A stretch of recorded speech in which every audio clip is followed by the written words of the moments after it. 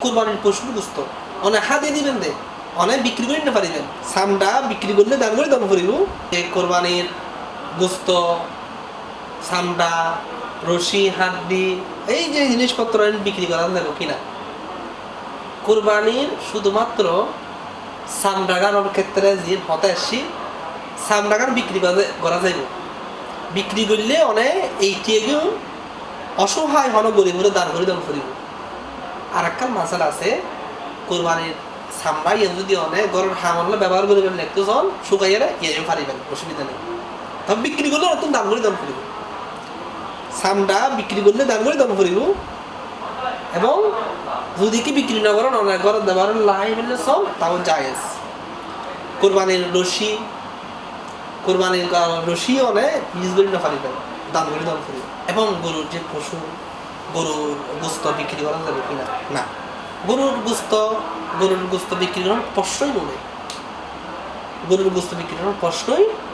নোড়ে অনেক গরুর গোস্ত অনেক দিন পারিবেন খাইবেন অনেক দান করে দিবেন অনেক খাইবেন দান করে দিবেন আর এর পাশাপাশি আর একটা বিষয় গুরুত্বপূর্ণ ওই গরুর গোস্তর অনেকেই যারা কামলা হসাই গরত হাস করিবেন লাই ইতারা আরা অনেকেই করি কি যে কোরবানির গোস্ত দিয়ে দূরে দিই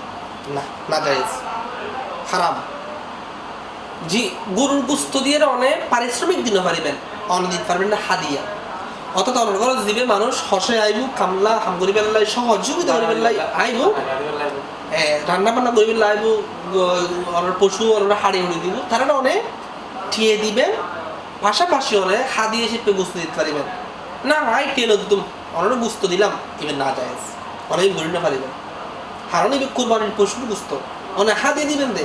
অনেক বিক্রি করে নিতে পারিবেন অনেকের বিনিময় হিসেবে গোস্ত দিতে পারিবেন টিয়ে দিবেন আলাদা বলে কন্ট্যাক্ট করিবেন অনায় 2000 টাকা দিয়ে 5000 টাকা 10,000 টাকা দিন কন্ট্যাক্ট করিবেন জেলের সময় কিছু গোস্ত হারিয়ে দিবেন অন্য হইতে পারবেন যে 10,000 টাকা ভিতরে 5,000 টাকা টিয়ে নন আর 5,000 গোস্ত নন এভাবে সুযোগ নেই